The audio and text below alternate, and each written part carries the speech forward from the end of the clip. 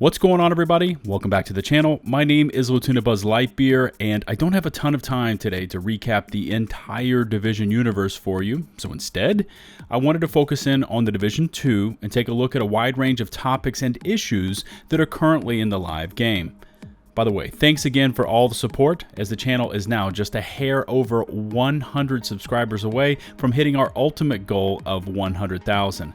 I have no doubt we will be there in the next few days, and I have your awesome support to give thanks for. In case you haven't yet smashed that sub button, please do so, and don't forget to ring the bell to receive all my future upload alerts. Let's go.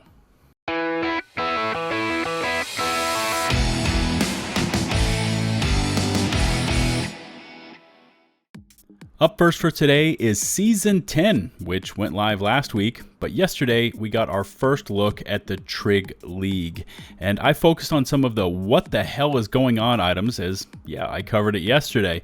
I touched on the hour time limit goal for top tier on both Roosevelt Island and Manning National Zoo, both set on hard difficulty. Pentagon on challenging and under 25 minutes, and then the mission that really stuck out, DARPA Labs on hard but in under 15 minutes. But there were even more head scratchers concerning the league layout that I wanted to circle back to today and quickly point out. First off are the missions themselves and how we would typically see a stronghold be on challenging, but here we get two strongholds, both on hard difficulty and both set again for an hour.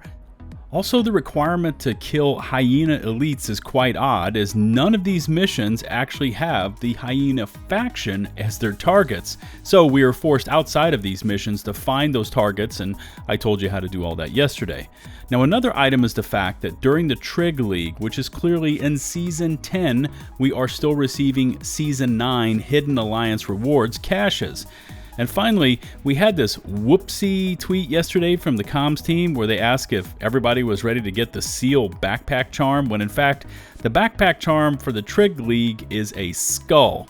They played it off, and it was a bit cringe, but at least they owned it in a roundabout way. But all of this, the weird mission selections, mixed factions, crazy time limits, the wrong caches, incorrect backpack charm tweets, all of this makes you ask, is anyone left in the Q&A department?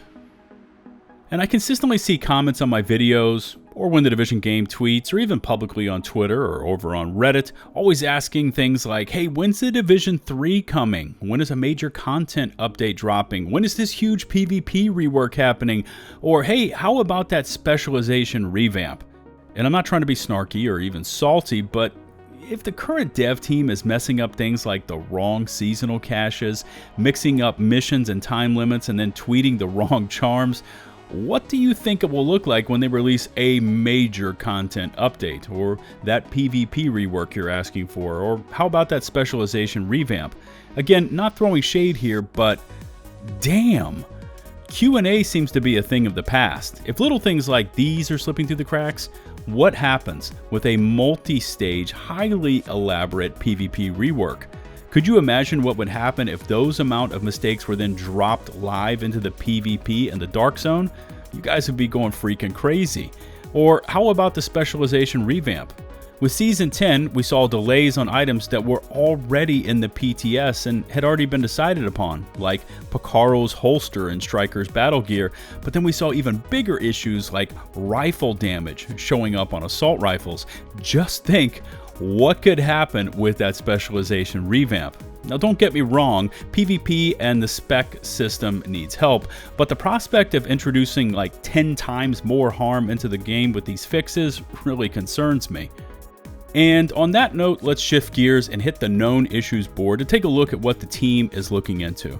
Now, I tend to focus in on the tabs marked critical, and I see PC Delta issues, which still plague the PC community. My game crashed so damn hard yesterday that my entire rig powered down and went through this long and lengthy power up cycle. There's also tabs for premium credits being spent in the cosmetic store, missing expertise proficiency rank, and then this one really caught my eye, priority medium, Summit XP changes floor 10. Check this out. Repeatedly killing the same NPCs on a boss floor of the summit to gain XP has never been the intention of the mode and encounter. Therefore, we will be addressing the gains from this method and potentially others in an upcoming patch. More details to be shared at a later date.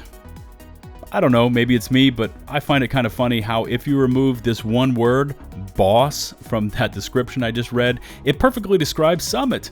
Repeatedly killing the same NPCs on a floor of the summit to gain XP. And hasn't that always been the intention of this mode? Look, I can understand why they are looking into it, but don't we have more pressing matters to attend to? If someone wants to spend their time cycling through the same floor hour after hour, then why not let them? They aren't hurting the group experience, they aren't hurting PvP, they really aren't doing anything but trying to max out their gear. And I don't know, I just know how the game plays, how it crashes still to this day, and a myriad of other items that need attention, and it feels like a waste to be chasing down alternatives to this one. Let's shift gears, take it to a little more comical side. This final one has to do with PvP, and the invisibility glitch is back. But then when did it ever leave the game? I remember hearing of invisible players in the Dark Zone as far back as, I think it's 2 years ago? This clip is making the rounds on Twitter, and it shows a player being attacked from all sides by what appears to be an invisible player. Now, good for this person who's in the clip, as they strafed and ran with fire, but alas, the invisible player ends up getting them in the end. The down player then zooms in on the kill feed and identifies the player that was invisible, as you couldn't see the name badge while they were exploiting the game this way. I think this one used to involve an EMP grenade and a ladder or something like that, but I haven't heard that this discussion ever ended. It's always just kind of been around. It's been a part of the Dark Zone. Just like I can go into the Dark Zone right now on PC and probably get wall banged from all the way across the Dark Zone by someone using a Nemesis and a rapid fire mod. It is just something that has been around ever since I can remember. Morten Ryberg, the Division 2 product director, has stated openly now on Twitter that it has been brought to the attention of the coders and they are looking into it. In the meantime, if you have video proof of someone using this invisibility glitch, you can forward it to the Division team, I guess that's what they want, and they will do what they do. I did a really quick YouTube search, and there are all sorts of videos showing either players using the glitch or how to do it for yourself, but according to Ryberg, they are now banning players for using this glitch, so I would recommend you steer clear of using this at all. Anyways, I tried to bring you a little sampling of the Division 2 for this one. I can't wait to read your feedback in the comment section below. Let's keep it professional and clean.